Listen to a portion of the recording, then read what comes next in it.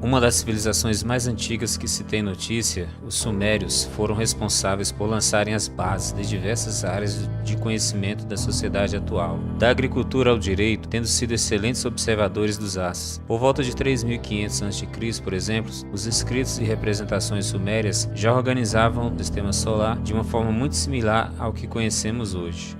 A diferença para a atualidade é que na relação de planetas feitas por eles estava Sol, Lua, Mercúrio, Vênus, Terra, Marte, Júpiter, Saturno, Urano, Plutão e Nibiru, mas também conhecido como Planeta X. Esse último corpo celeste teria o tamanho de Júpiter e passaria pelo sistema solar a cada 3.600 anos, causando estragos pelo caminho. Nibiru teria uma órbita lenta e elíptica em torno de uma estrela não muito distante e passaria pelo interior do sistema solar a cada 3.600 anos, sendo uma espécie de intermediário entre essas duas regiões do universo. Na atualidade, há vários registros de um corpo luminoso atribuído a Nibiru. Graças ao engodo heliocêntrico que se torna uma pedra de tropeço, temos dificuldade em aceitar imagens como essas. Mas no passado, outros pensadores se expressaram de maneira bem franca quando avistavam fenômenos como esse, ao invés de negá-los.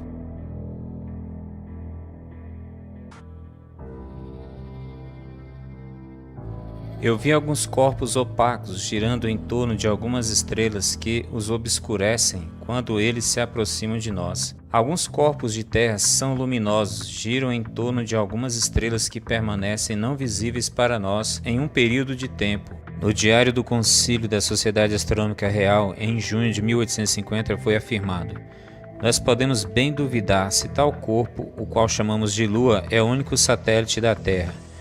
No registro da Academia de Ciências de 12 de outubro de 1846 e novamente em agosto de 1847, o diretor de um dos observatórios franceses produziu um número de observações e cálculos que o levaram a concluir que há um último corpo não luminoso de considerável magnitude, o qual é anexado como satélite da Terra.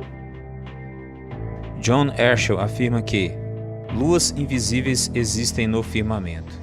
No encontro da Associação Britânica para o Avanço da Ciência, em 1850, o presidente afirmou que a opinião está ganhando chão, que muitas das estrelas fixas são acompanhadas por companheiros que não emitem luz. A crença na existência de estrelas não luminosas foi prevalecente na antiga Grécia, especialmente nos primeiros tempos do cristianismo. Segundo Orígenes, era afirmado que entre as estrelas flamejantes que são alimentadas por vapor, há outros corpos terrosos imóveis que permanecem invisíveis para nós. Estrelas que são invisíveis e consequentemente não têm nome, movem-se no espaço junto com aquelas que são visíveis. Diógenes de Apolônia. Segundo o escritor Samuel Rowbotham, escritor do livro Astronomia Zetética, A Terra Não é um Globo, aliás, livro recomendado a todos os terraplanistas, essa realidade de corpos escondidos na vastidão do firmamento seria a causa dos eclipses tanto da Lua como do Sol. Ele diz na página 198: agora que temos visto que a existência de corpos escuros que giram sobre objetos luminosos no firmamento tem sido admitida por observadores práticos desde os primórdios, mesmo que nos nossos dias tal massa de evidências tem sido acumulada sobre o assunto, que astrônomos são compelidos a admitir que não apenas corpos escuros que ocasionalmente obscurecem as estrelas luminosas quando em conjunção, mas que corpos cósmicos de grande tamanho existem, e um pelo menos é anexado ao satélite da Terra. Esse satélite escuro ou satélite não luminoso, que quando em conjunção ou em uma linha com a Lua e um observador na Terra, é a causa imediata de um eclipse lunar.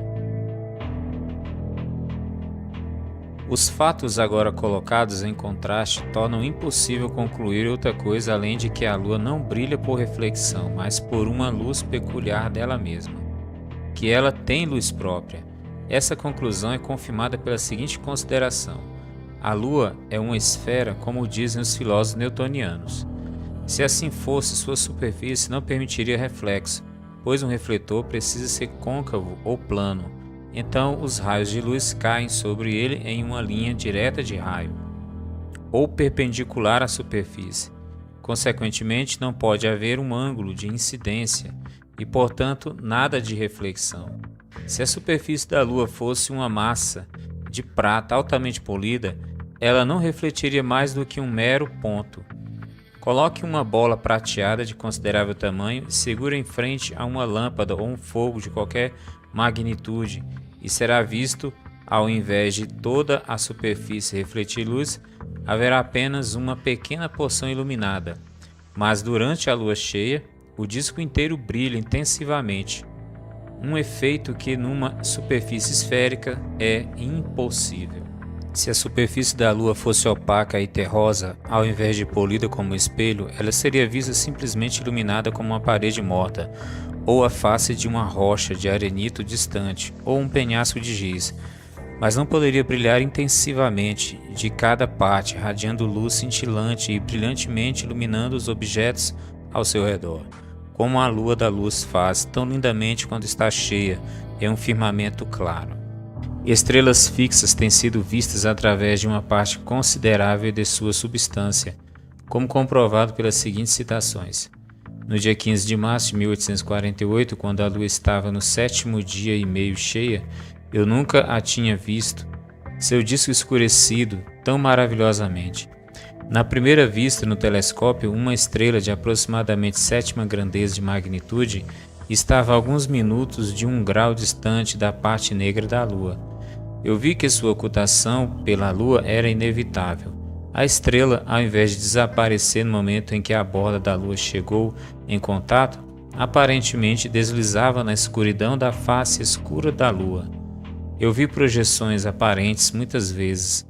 A causa desse fenômeno é envolta por um mistério impenetrável. A ocultação das Pleiades, em 8 de dezembro de 1859, observadas no Observatório Real Greenwich, comunicado pelo astrônomo real, observadas pelo Sr. Duncan com a azimutal, o desaparecimento de 27 Tauri foi o fenômeno mais singular. A estrela parecia se mover por um tempo considerável ao longo da massa da Lua e foi notado às 5 horas e 34 minutos o primeiro desaparecimento atrás de uma saliência e em poucos segundos reapareceu e finalmente desapareceu a segunda vez em 5 horas e 35 minutos. Portanto, baseado nessas argumentações que perduram desde os sumérios até os dias atuais, fica evidente que há muitos fatos omitidos pela mentira heliocêntrica à humanidade contemporânea sobre a existência de corpos celestes, não nomeados ou apelidados, como é o caso de Nibiru. Perceba que essas imagens mostram a grande possibilidade do eclipse lunar e solar serem causados por corpos celestes massivos não identificados.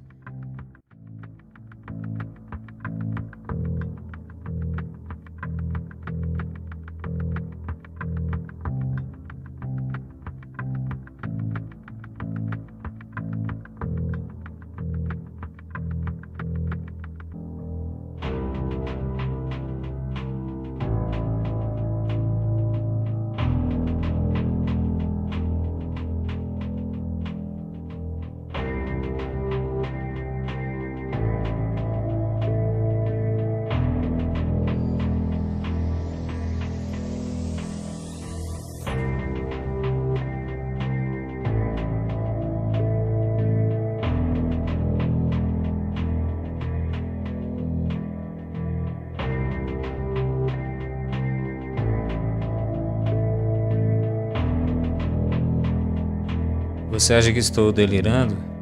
Veja as evidências, elas falam por si.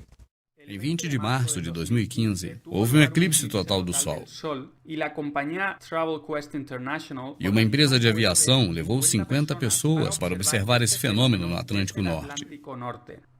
E aqui a coisa fica interessante. Diversos passageiros filmaram a totalidade do eclipse. E as gravações mostram círculos negros, círculos sem luz ao redor do Sol. E um desses círculos tapou o Sol no momento do eclipse. Eine Minute.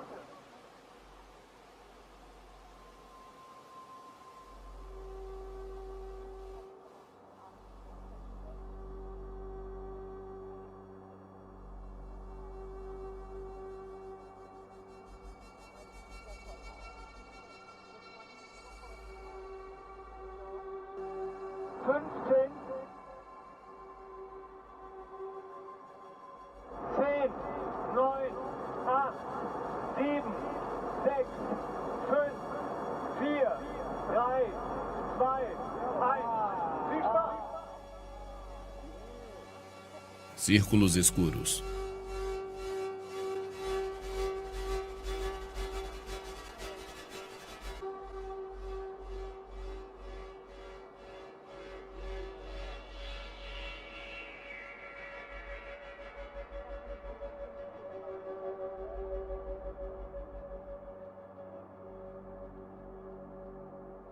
A possibilidade de que sejam manchas na janela do avião estão totalmente descartadas. Ao analisar a imagem aplicando essas linhas verdes e vermelhas, vemos que os círculos se movem em relação ao Sol, observando que as manchas que realmente estão na janela do avião não se movem de maneira nenhuma. Então são objetos num espaço diferente. Os círculos estão no céu e se movem junto ao Sol porque estão próximos a ele. E as manchas verdes estão dentro do avião, na própria janela. Há pelo menos 5 corpos invisíveis flagrados durante o eclipse solar, possuindo sempre posições diversas. Às vezes só são vistos 2 ou somente um. Isso depende da órbita que possuem, que é semelhante ao do Sol e Lua.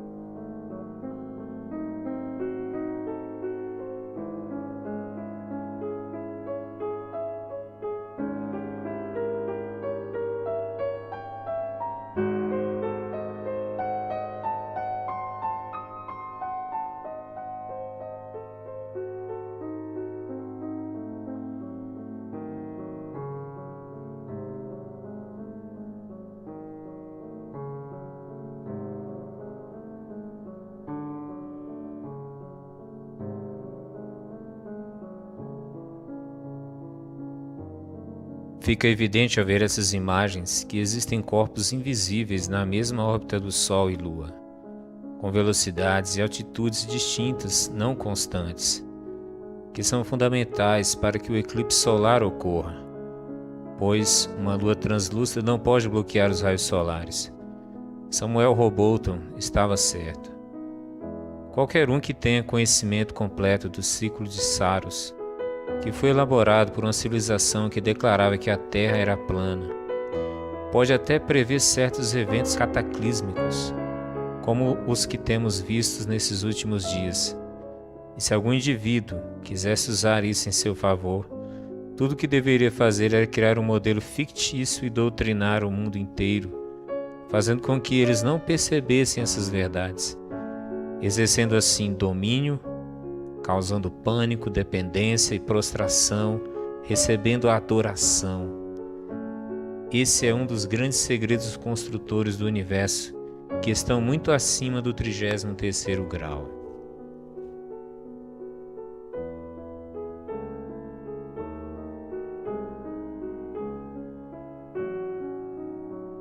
Esse tipo de eclipse é impossível no heliocentrismo. No decorrer da história, há inúmeros depoimentos sobre eclipses como esse, e também foram relatados que Sol e Lua foram vistos eclipsados ao mesmo tempo no horizonte.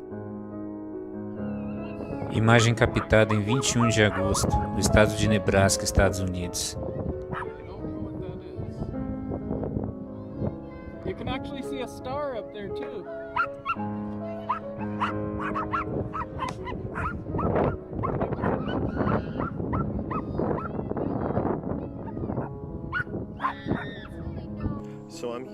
Novamente, 2 corpos são filmados. Perceba que nem sempre os 5 corpos aparecem agrupados.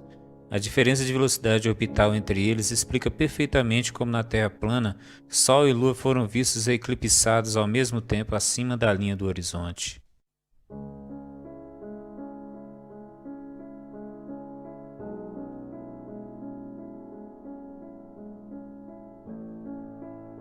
No dia 21 de agosto foram registrados a presença de pelo menos 3 corpos durante o evento, evidenciando mais do que nunca que a Lua não é a causa do eclipse solar.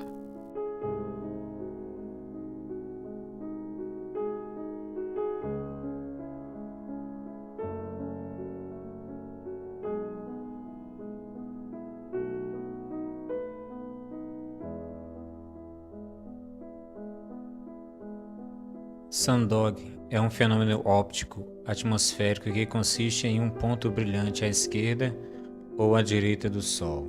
Causado pela refração da luz solar por cristais de gelo na atmosfera, os cães do Sol geralmente aparecem como um par de manchas de luz sutilmente coloridas, cerca de 22 graus à esquerda ou à direita do Sol.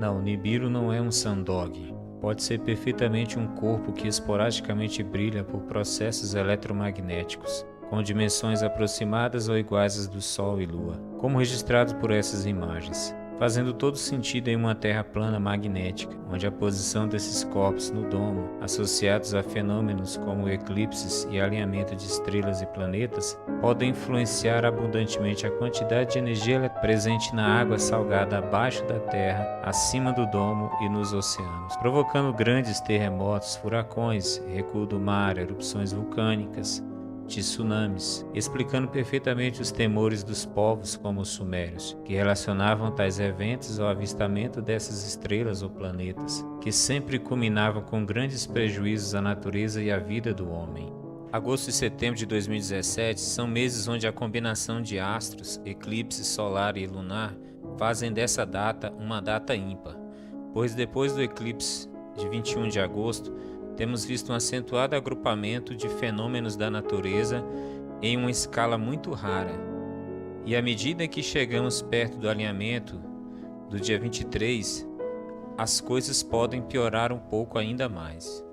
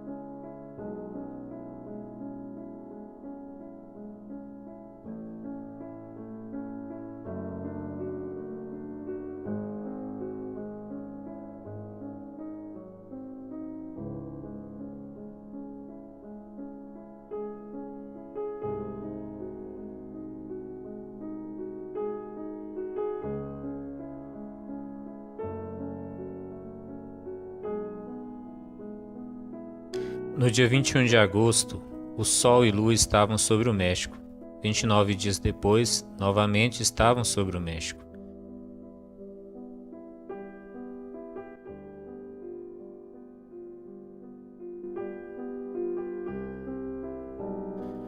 Coincidência ou influência eletromagnética?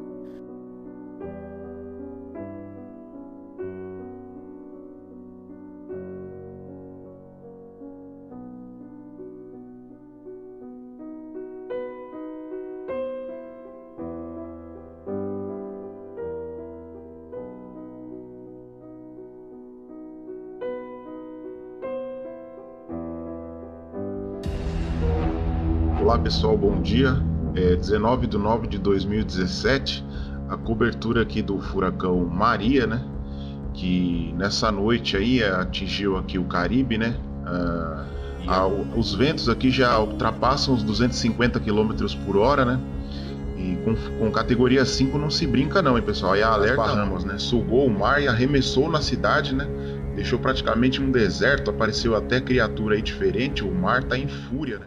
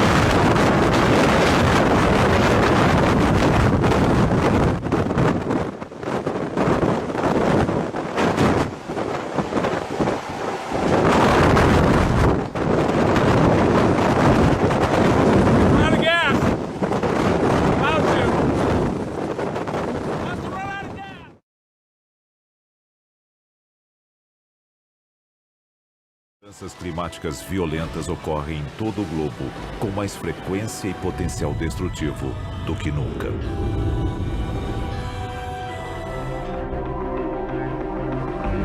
E se houver uma explicação mais sinistra?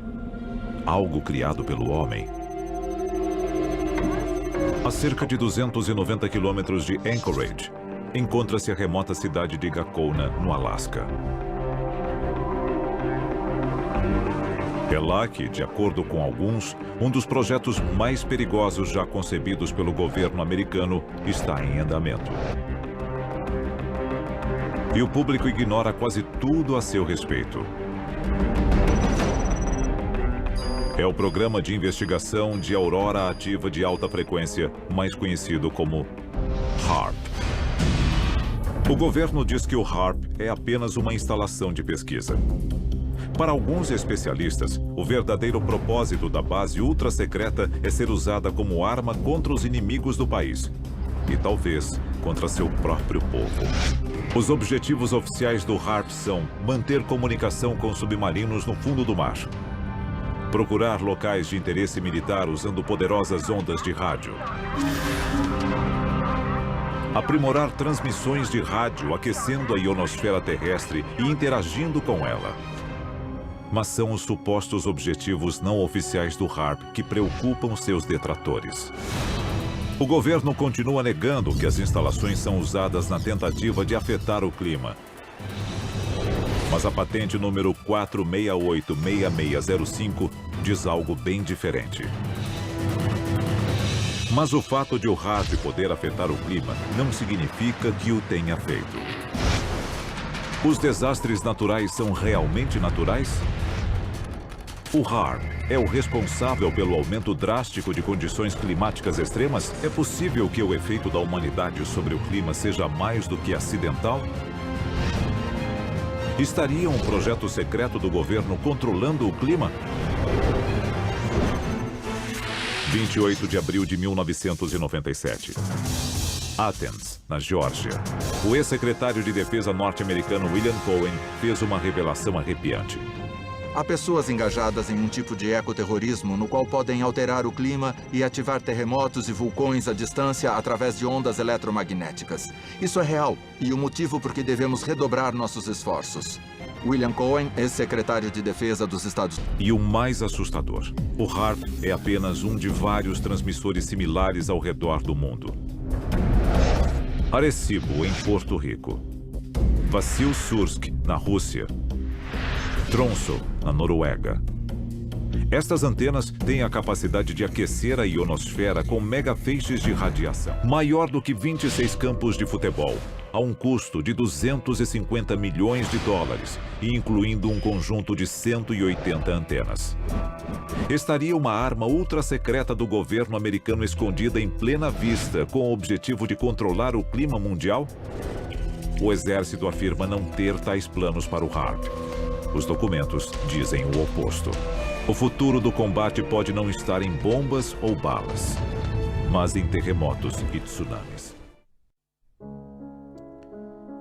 Podemos admitir até certo ponto que isso possa ser verdade, mas não podemos atribuir esses distúrbios climáticos em sua totalidade a esse equipamento. A história testemunha do poder devastador da natureza.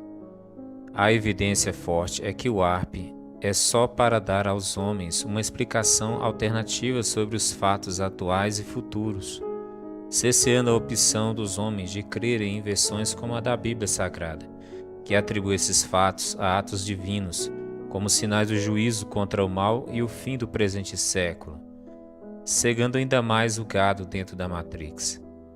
Isso é reforçado pelo fato do próprio sistema trazer essa ideia do HAARP à tona, como uma máquina de controle. Seria muita ingenuidade crer que um alto funcionário do governo americano denunciasse isso em público. O sistema existe para cegar, tirar o entendimento, sufocar a consciência crítica, roubar a vida espiritual das pessoas, levá-las para longe do seu Criador. Eles não podem deixá-los acreditar em Deus e sua palavra. A todo custo impedirão que alguém perceba a verdade. Muito em breve as trombetas, as taças, as pragas, os raios do Apocalipse serão derramados sobre a terra. E muitos ingenuamente dirão: isso aí foi o HAARP. Isso não passa de mais uma guerra. Mas a palavra de Deus afirma que as alterações climáticas serão parte de sua sentença contra o pecado. Apocalipse 16:3. E o segundo anjo derramou a sua taça no mar, e se tornou em sangue como de um morto, e morreu no mar toda a alma vivente. E o quarto anjo derramou a sua taça sobre o sol, e foi-lhe permitido que abrasasse os homens com muito calor. Apocalipse 16:12. E o sexto anjo derramou a sua taça sobre o grande rio Eufrates, e a sua água secou-se, para que se preparasse o caminho dos reis do Oriente. Apocalipse 16:17. E o sétimo anjo derramou a sua taça no ar, e saiu grande voz do templo do céu, do trono, dizendo: está feito. E houve vozes, trovões e relâmpagos e um grande terremoto, como nunca tinha havido desde que há homens sobre a terra. Tal foi este tão grande terremoto. Mateus 24:7. Porquanto se levantará nação contra nação, reino contra reino, e haverá fomes e pestes e terremotos em vários lugares. Apocalipse 6:12. E havendo aberto o sexto selo, olhei e eis que houve um grande tremor de terra, e o sol tornou-se negro como um saco de cilício, e a lua tornou-se como sangue. Apocalipse 6:13. E as estrelas do céu caíram sobre a terra, como quando uma figueira lança de si os seus figos verdes, abalada por um vento forte. Mas o maior sinal do fim dessa era é o aumento drástico da iniquidade.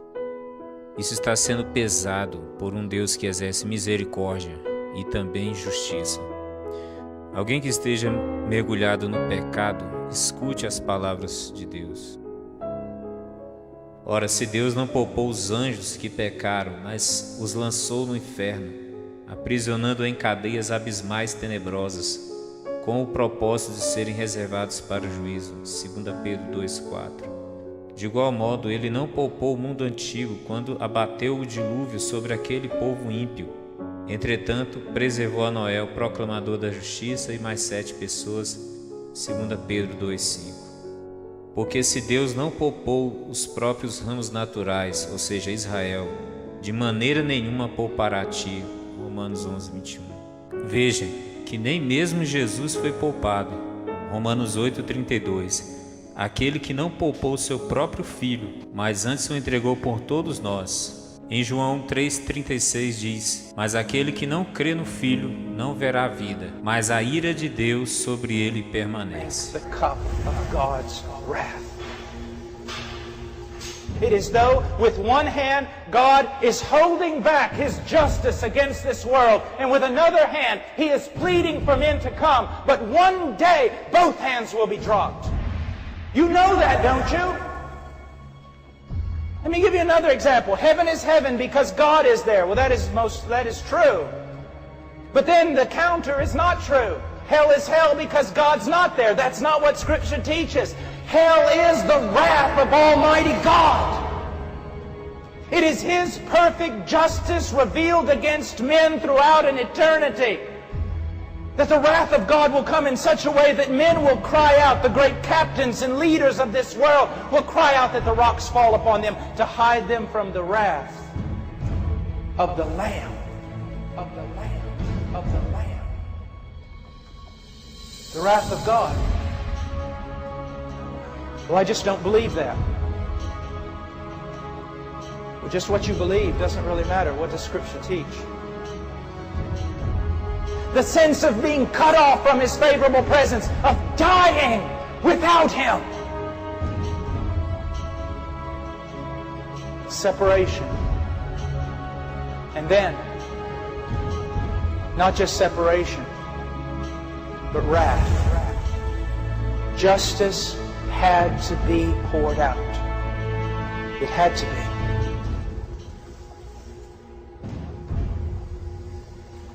Now, it will be poured out on some of you. I'm not a prophet. I have no insight into your heart. But it would be very vain and unwise to suppose that every human being listening to my voice, whether here or via the internet or whatever, is truly a child of God. Wrath will be poured out on some of you throughout an eternity in hell, because of the crimes you have committed and will continue to commit throughout all eternity. The raging of your heart against the sovereignty of a good God. But wrath, the wrath of God, it will be poured out on some of you. But wrath, the wrath of God, it will be poured out on some of you. But wrath, the wrath of God, it will be poured out on some of you. It will be poured out on some of you. The wrath of God, the wrath of God, the wrath of God. My dear friend, if you are saved here tonight, you are not saved merely because the Romans beat Jesus. You are not saved merely because they nailed Him to a tree. If you are saved because when He was nailed to that tree, He bore your sin, and God the Father crushed His only begotten Son. It was God who had to measure out the punishment. It is God who had been offended. It was God's wrath that had been kindled. It is God's justice that had to be poured out. Someone to save a people for God had to interpose and suffer the judgment, the wrath, the justice of God. Have you never read in Isaiah chapter 53 verse 10, and it pleased the Lord to crush him? It fulfilled the will of Yahweh to crush His only begotten Son. Someone had to bear sin. Someone had to become a curse. Someone had to be like that scapegoat. The leaders of Israel would come out and lay their hands upon that goat, symbolically transferring the sins of Israel to that goat. One goat would be slaughtered and another would be driven outside the gates of the city, left in the wilderness to wander and die. So Christ suffered outside the gates of the city, cut off from God, cut off from His favorable presence, and cut off from the people of God, in order for that gap we're always talking about to be brought back together. Someone had to die, separated from God's favorable presence, and separated because He bore the sins of His people and became a curse. Even before His own Father. Have you never read Galatians chapter 3? Cursed is every man who does not abide by all the things written in the book of the law so as to perform them. Every man who has broken even one law of God is under a curse. What does it mean to be under a curse? It's a very difficult thing. It's such a horrible idea. Let me put it to you this way. To be accursed means that before a holy God and a holy heaven we would be so heinous in our sin, so vile, that the last thing we would hear when we took our first step into hell would be all of creation standing to its feet and applauding God because He's rid the earth of us. But then it goes on in Galatians 3:13 and it says, but Christ redeemed us from the curse of the law. How? Becoming a curse for us on our behalf. The filth, the guilt, the shame before a holy God. The sense of being cut off from His favorable presence, of dying without Him. It will be poured out on some of you. But wrath, the wrath of God, it will be poured out on some of you. But wrath, the wrath of God, it will be poured out on some of you. But wrath, the wrath of God. Hell is the wrath of Almighty God. The wrath, the wrath, the wrath of God. The wrath of God. The wrath of God. It will be poured out on some of you. It will be poured out on some of you. De maneira nenhuma Ele poupará a ti. Arrependa-se enquanto você ainda pode e creia no Evangelho.